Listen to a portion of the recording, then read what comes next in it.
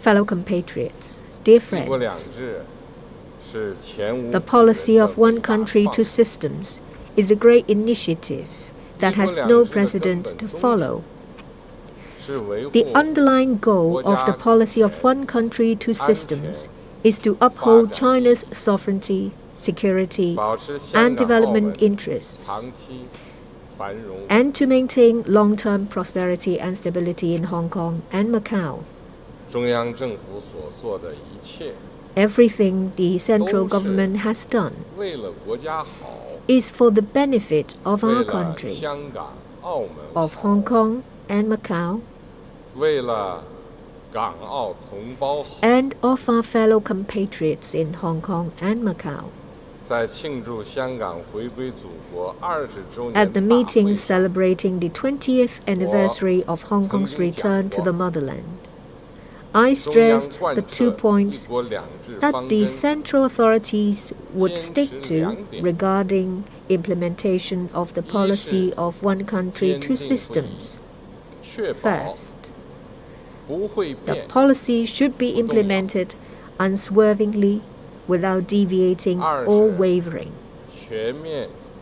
Second, the policy should be applied fully and faithfully without being bent or distorted. Today, I wish to highlight once more that the policy of one country, two systems, having been tested and proved time and again, meets the fundamental interests of the country and the Chinese nation, and those of Hong Kong and Macau. It enjoys the full support of the more than 1.4 billion people of the motherland. It has the unanimous endorsement of Hong Kong and Macau residents, and it is widely recognized by the international community. There is no reason to change such a good system, and it must be adhered to over the long run.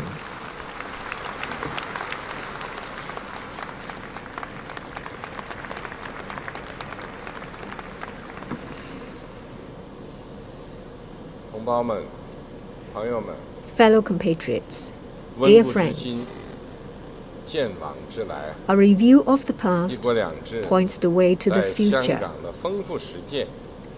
The rich practice of the policy of one country, two systems in Hong Kong has left us much valuable experience and food for thought.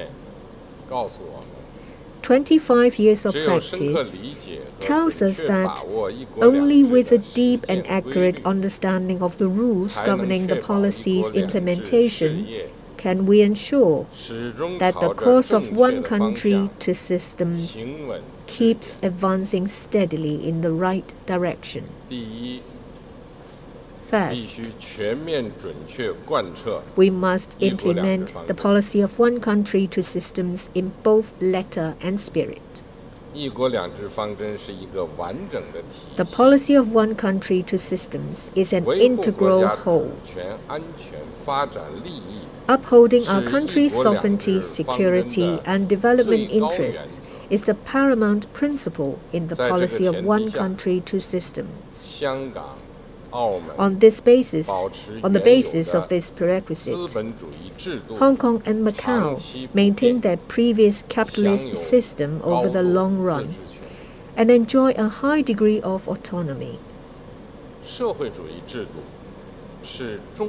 The socialist system is the fundamental system of the People's Republic of China, and the leadership of the Communist Party of China is the defining feature of socialism with Chinese characteristics. All residents in the SARs shall conscientiously respect and uphold the fundamental system of our country.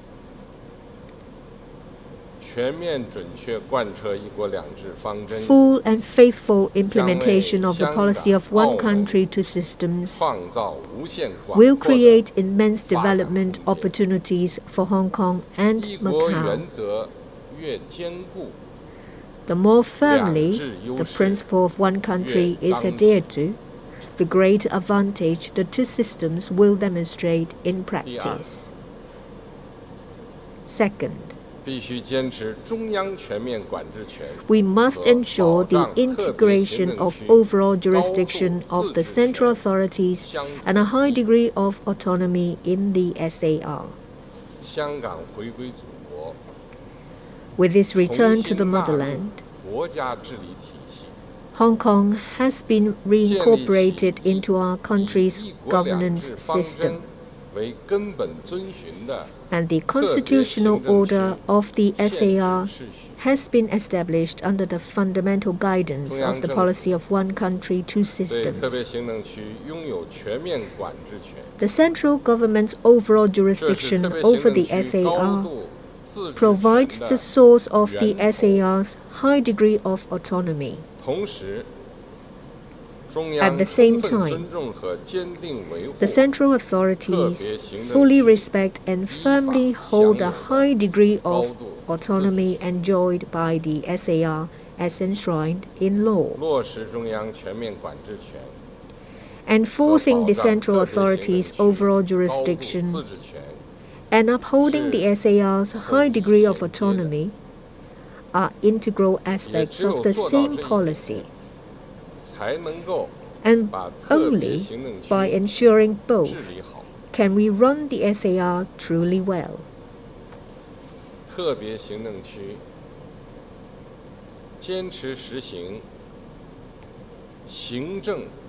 The SAR adheres to the executive-led system. The executive, legislative, and judicial authorities perform their functions in accordance with the basic law and other relevant laws.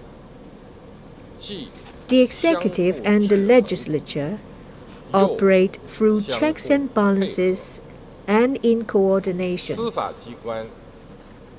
and the judiciary exercises judicial power independently in accordance with the law. Third,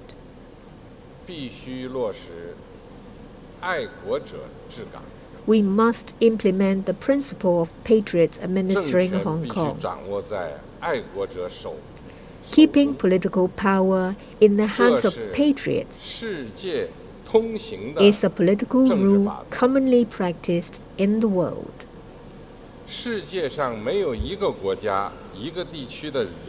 No people in any country or region in the world will ever allow political power to fall into the hands of forces or individuals who do not love or would even sell out or betray their own country. To keep the power to administer the Hong Kong SAR firmly in the hands of patriots is essential for safeguarding the long-term governance and security of Hong Kong. At no time should this principle be allowed to be compromised. Protecting the power to administer is protecting Hong Kong's prosperity and stability, as well as the interests of the over 7 million Hong Kong residents. Fourth, we must maintain Hong Kong's unique status and strengths.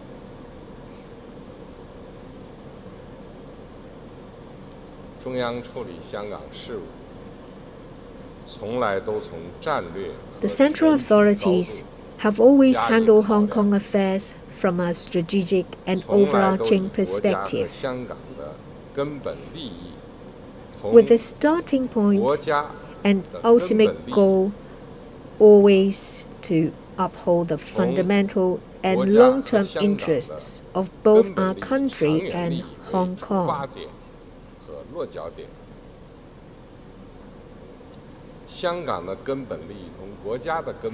Hong Kong's fundamental interests are consistent with the fundamental interests of the country.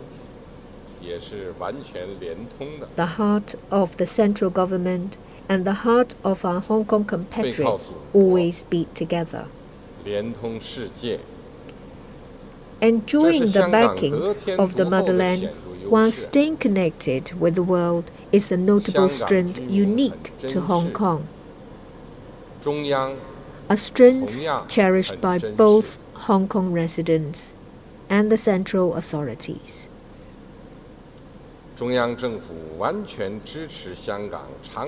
The central government fully supports Hong Kong in maintaining its unique status and strengths on a long-term basis, in consolidating its role as an international financial, shipping, and trading center, in maintaining its free, open, and sound business environment, in retaining its common law system, and in expanding smooth and convenient linkages with the rest of the world. The central authorities trust that in the historical course of building a modern socialist country in all respects and achieving the great rejuvenation of the Chinese nation, Hong Kong will have an even greater contribution to make.